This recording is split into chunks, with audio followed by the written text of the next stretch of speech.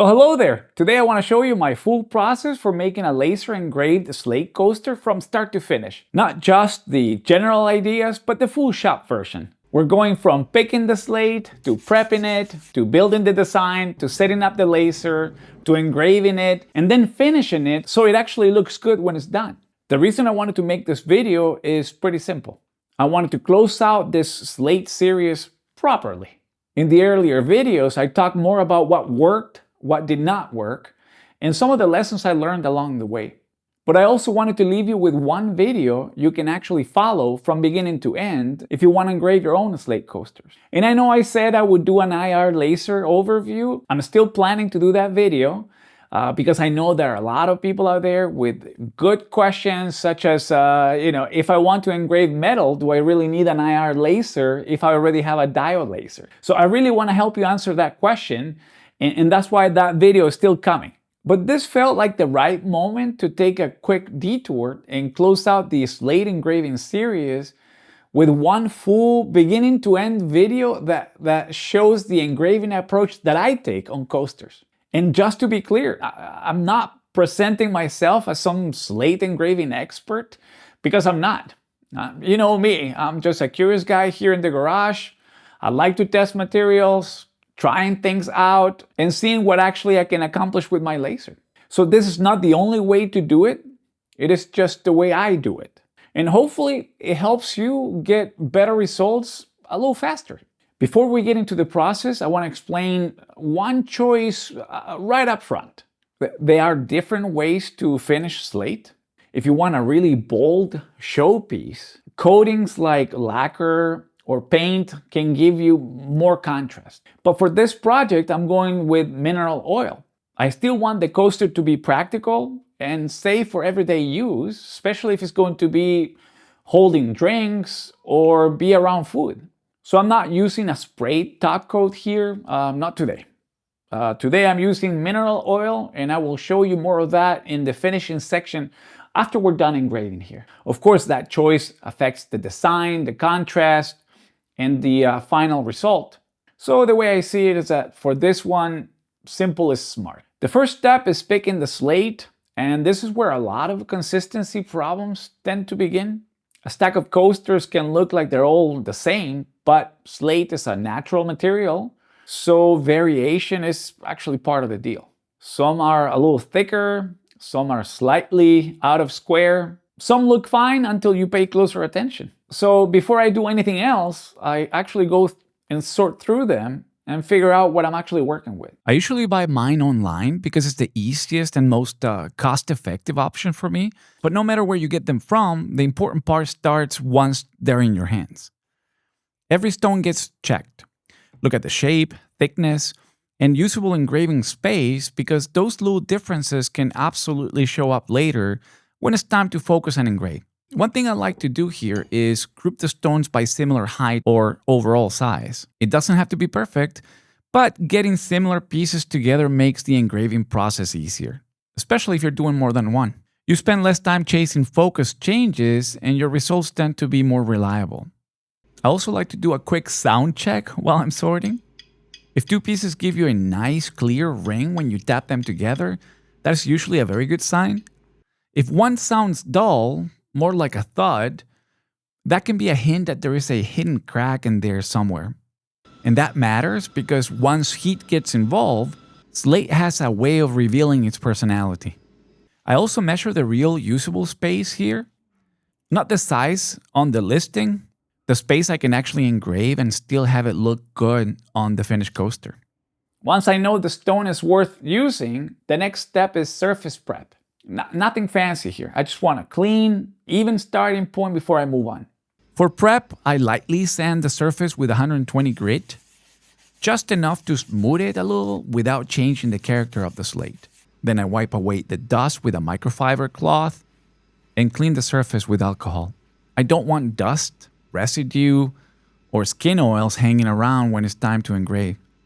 Once the slate is ready, the next step is building a design that actually fits the material. For natural slate, simple designs usually work best. You want something that reads clearly, engraves cleanly, and works with the contrast the stone actually can give you. For ideas, I might look at places like Pinterest, Etsy, or xTool's Atom. That's their online library. But if you don't feel like browsing all over the place, there's another option. For this project, I'm using AI Make to build the design. And one thing I like about it is that it can help if drawing is not exactly your superpower. It is definitely not mine. I have used it before to take a rough hand-drawn idea and turn it into something a lot more usable. So even if your sketch looks like it was made during a minor earthquake, it can still give you a starting point. For this coaster, I kept the prompt pretty straightforward and used the vector setup there within the options. It gave me a very strong starting point. I really liked the different designs that it came up with. But, once the one that I really liked was done, I still had to check it because there's always something there that you probably need to kind of check and fix. In my case, the letters for north and east came out a little weird, so I removed them and typed my own. This is a very good reminder that even when AI helps, you still need to be the one making the final decisions. And if you're interested, just let me know. I can share the prompt if you want to use it. Now we get into the part that really decides whether the coaster comes out clean or disappointing. And the first thing I want to say here is this. There's absolutely nothing wrong with starting from recommended settings, whether they come from the manufacturer or from a creator you trust. My recommendation is just not to treat those settings like the final answer. Use them as your starting point. Use them to build your own material test grid before you commit to your final engraving.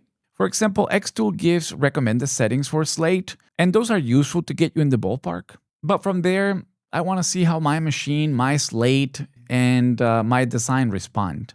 Normally, if I'm planning to engrave a final piece on a fresh coaster, I like testing on a fresh coaster too. In this case, my new batch has not arrived yet, so I only have a couple of coasters available to test and engrave. And that changed the strategy a little bit. If you have enough coasters, test on the same kind of piece you plan to use for the final engraving. That gives you the most honest result. Repurposed coasters can still be very useful. You can sand them and test on them. But I will use that approach when I also intend to do the final engraving on repurposed coasters. For holding the coaster in place, the rubber feet on these coasters grip the honeycomb really well, which is nice, but that is not always the case. So do not assume yours will behave the same way. If it does move, then your clamps might help here. A jig might be also a good option. And if you're doing higher volume, then a jig or xTool's batch method can definitely make life easier. When I lay out the design, I also stay a couple of millimeters inside the ridges. This is partially practical, but mostly aesthetic. It leaves a little frame around the design, and I think the finished coaster looks better that way. You can engrave from edge to edge. I've done it as well, but I like that little frame around. And speaking of framing, I always run the frame job there first before I do any sort of engraving. Always. That one step has saved me from enough bad decisions that I'm not about to get cocky now. Now we're ready for the fun part. For Slate, I usually keep the air assist off. I want to retain some of that heat and get the best white contrast possible. In some cases, I may use just a tiny whisper of air to help protect the lens. Once the engraving starts, I stay nearby. It is always tempting to walk away, but I prefer to stay in the garage and keep an eye on things. If anything, there's always something to clean, there's always something to organize. I use proper laser safety glasses, I also vent outside, and either run an air purifier or open the garage door. I also keep an eye on the lens maintenance. Stone dust is highly reflective, and after a few coasters, it can reduce the effective power enough to affect your results. Now, this is the point where a lot of people judge the coaster a little too early. Don't trust the dusty version. Right after engraving, Slate can look flat, washed out, or just not at all impressive whatsoever. A lot of times, that is not the real result. That is just the dust sitting on top of the work. So once the engraving's done, this is where I move into the finishing stage. And this is also where I decide what kind of coaster I want this to be. For me, the finish depends on how the coaster is going to be used. If I'm making something that is mostly for display, then coatings like lacquer or even black paint can look fantastic. They can really make the engraving pop and give you a bold finish look. But if I'm making a coaster that is actually going to live on a table, hold drinks, and maybe be around food, I lean in a different direction though. That's where I prefer to keep things simple, keep the slate natural, or if I have to coat it with something, I use mineral oil. Mineral oil is food safe, and that matters to me a lot. Maybe I'm being a little extra careful, but if I can avoid having drinks or anything food related sitting on a chemical top coat, I feel better about it. And this is not just me being dramatic in the garage while holding a rock. I know it's a durability thing as well, between keeping it natural or lacquer. In the previous video on Slate coasters, I showed a simple durability test, and that helped confirm the direction I already felt better about. For daily use coasters, I would rather stay in the raw slate look or use mineral oil like I was saying. For display pieces though, lacquer and other coatings still have a lot of value because they can make the finish engraving look really amazing. For this video, I ended up engraving 2 coasters. One is sanded, a rescue coaster, and the other one I left raw.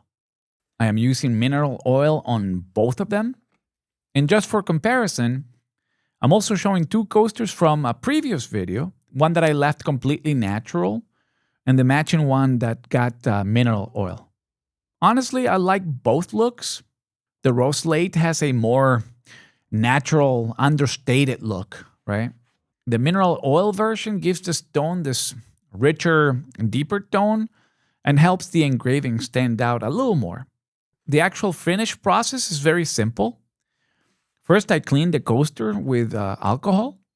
Then I warm it slightly with a heat gun. I heard this from somebody that the stone will take the oil much easier with a little bit of heat. After that, I apply the oil and let it soak for about 10-15 minutes. If the slate wants a little more, I give it a little more. Then I wipe off the excess and let it dry. And this is the part I really like. Once that oil goes on, the stone wakes up. The engraving gets more presence. And once the finish is on, the coaster is looking good. That is the perfect time to take your photos and your videos and then share them with me. Before we get into the what to do if your engraving comes out a little too light, a little too blah, I think this is probably a good place to ask you for the usual YouTube fave. So here it goes. If you're enjoying this kind of practical laser content, make sure you like the video and subscribe to the channel. And as always, I always want to thank my Patreon supporters. You guys are amazing. Your support really does help me keep making videos like this. And if you want another way to stay in touch, get early previews, or just support what I do, you can also join Patreon, even at the free level. If you become a free supporter, you might like what you see, or at least you will stay in the loop. And of course, if you're making something like this yourself, or even you just have a question, post it on Facebook and tag me. You can also find me at severnaliving.com, which is another easy way to stay in touch, so don't miss out. So before we wrap up here, let me just give you a quick checklist, just in case your engraving comes out a little lighter than what you wanted. First, check the surface. Make sure it was actually clean before you engraved. Second, check the lens or the lens cap. If it is dusty or damaged, your effective power completely drops. Third, check the design. On Slate, clean black and white vector usually works very well. It is usually the safest path I found. Fourth, look at air assist. Too much air can cool the stone or stir up more dust than you actually want. Fifth, check the focus. And finally, just remember that not all slates are the same. If thickness changes and you skip testing, the result can change. See, a lot of light engraving problems are not caused by one giant mistake. Usually it is a few small things teaming up against you. So when something looks off, work backward through the process and check each variable one by one. All right, well, I hope this gives you a clear step-by-step process you can use for your own Slate coasters. If you watch the earlier Slate videos, this one was my way of closing the loop and putting the full workflow in just one place, one video. And if you want me to share the prompt I use for the design, just let me know down in the comments.